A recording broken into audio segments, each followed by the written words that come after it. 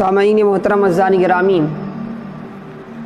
ہر سال الحمدللہ ہمارے اس شہر میں بڑے اہتمام سے اجتماعی طور پر تاخیراتوں کا اہتمام ہوتا تھا، جس میں کثرت سے لوگ جمع ہو کر اللہ کا ذکر کرتے تھے۔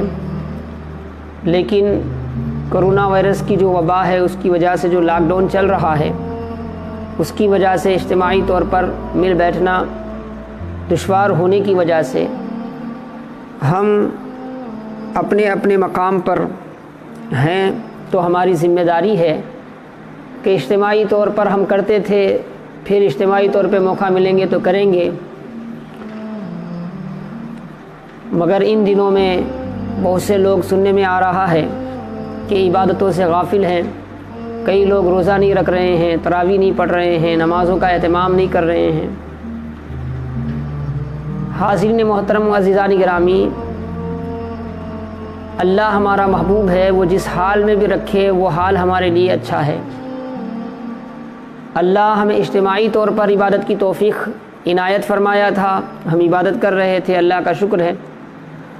اب ہمیں انفرادی طور پر عبادت کا موقع ہے، اور یہ ہمارے لیے امتحان ہے۔ کیا ایسے وقت میں ہم عبادت سے دور رہیں گے، اللہ کی عبادت سے غافل رہیں گے؟ سامعین محترم اعزائے گرامی، اللہ تبارک و تعالیٰ تو بندے کی ہر حرکت سے واقف ہے، دلوں میں آنے والے، ذہنوں میں چلنے والے ہر کیفیت سے واقف ہے۔ پھر کیا اس رب کو راضی کرنے کے لیے ان تنہائیوں کے موقع میں اللہ کو یاد کرنے کی ضرورت نہیں ہے؟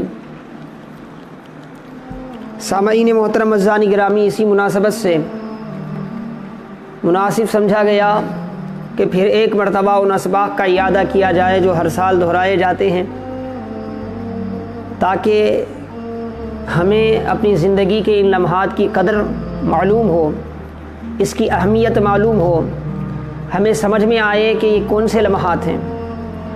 آج اگر اجتماعی طور پر اگر ذکر کا موقع نہیں ہے تو اس کا یہ مطلب نہیں ہے کہ ہم خاموشی سے اپنے گھر میں غفلت میں پڑے رہیں۔ آپ اجتماع میں اللہ کو یاد کرو، آپ تنہائی میں اللہ کو یاد کرو، آپ گھر میں اللہ کو یاد کرو، آپ مسجد میں اللہ کو یاد کرو۔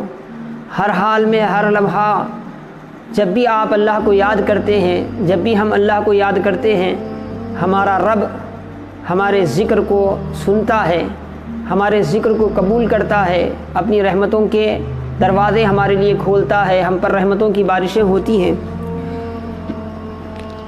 ہونا تو یہ چاہیے تھا کہ ہمارا ہر گھر مسجد بن جاتا۔ اس لاک ڈاؤن کے موقع پر سارے گھر والے بیٹھ کر اللہ کا ذکر کرتے، سارے گھر والے بیٹھ کر کثرت سے اللہ کو یاد کرتے، لیکن افسوس ایسا نہیں ہو رہا ہے۔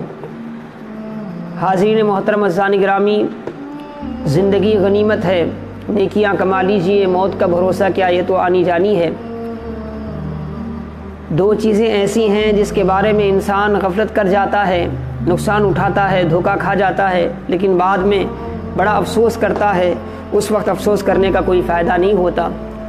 اللہ اہل کفر کے بارے میں قرآن کریم میں یہ بات واضح فرما رہا ہے کہ موت کے آنے سے پہلے عبادت کرو، موت آنے کے بعد، موت کا وقت آنے کے بعد جب موقع پوچھا جائے گا، جب وقت مانگا جائے گا تو نہیں دیا جائے گا۔ قرآن میں جگہ جگہ یہ مضمون بیان کیا گیا۔